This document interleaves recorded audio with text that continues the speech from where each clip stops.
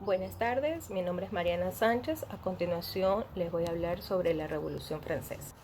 La Revolución Francesa ha sido tradicionalmente considerada como un indicador del final de la época histórica y el punto de arranque de una nueva etapa, la Edad Contemporánea. Ciertamente, el estallido de la Revolución Francesa señala una línea divisora entre dos sistemas sociopolíticos opuestos.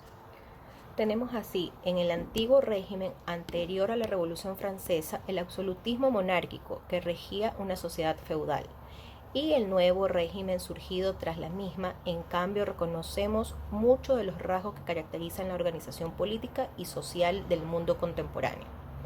En el terreno político, la Revolución Francesa acabó con el sistema de las monarquías absolutas que habían prevalecido durante muchos años atrás.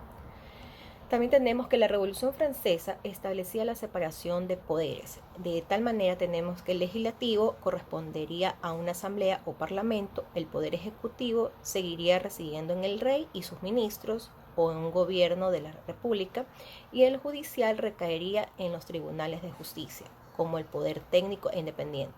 En definitiva, la monarquía dejaría de existir o de ser absoluta para convertirse en un sistema político en el que los distintos poderes servirían de contrapeso y se controlarían mutuamente.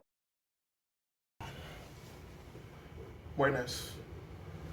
Continuando con el tema, la Constitución Francesa de 1791, la primera constitución escrita de la historia francesa, promulgada por la Asamblea Nacional Constituyente el 3 de septiembre de 1791 y aceptada por Luis XVI.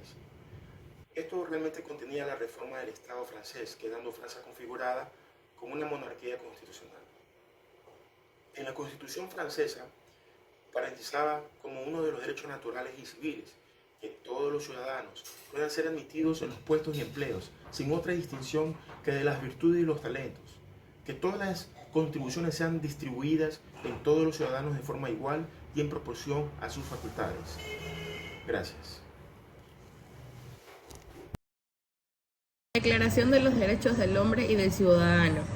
Los representantes del pueblo francés, constituidos en la Asamblea Nacional, considerando que la ignorancia, el olvido o el menosprecio de los derechos del hombre son las únicas causas de las calamidades públicas y de la corrupción de los gobiernos, han resuelto exponer en una declaración solemne los derechos naturales, inalienables y sagrados del hombre, para que esta declaración, constantemente presente para todos los miembros del cuerpo social, les recuerde sin cesar sus derechos y sus deberes, para que los actos del Poder Legislativo y del Poder Ejecutivo, al poder cotejarse en todo momento con la finalidad de cualquier institución política, sean más respetados, y para que las reclamaciones de los ciudadanos, fundadas desde ahora en principios simples e indiscutibles, redunden siempre en beneficio del mantenimiento de la Constitución y de la felicidad de todos.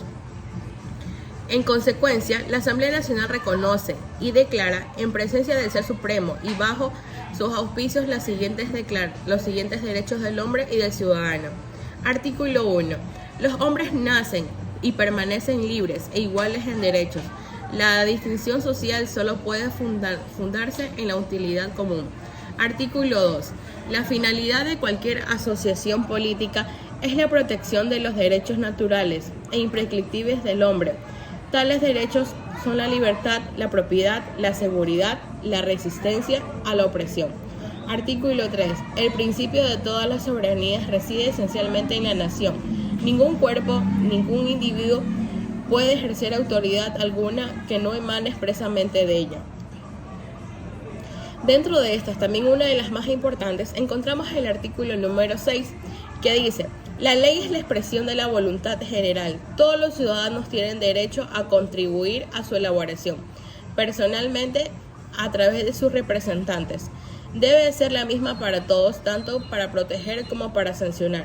Además, puesto que todos los ciudadanos son iguales ante la ley, todos ellos pueden presentarse y ser elegidos por cualquier dignidad, cargo o empleo público, según sus capacidades y sin otra distinción que las de sus virtudes o aptitudes.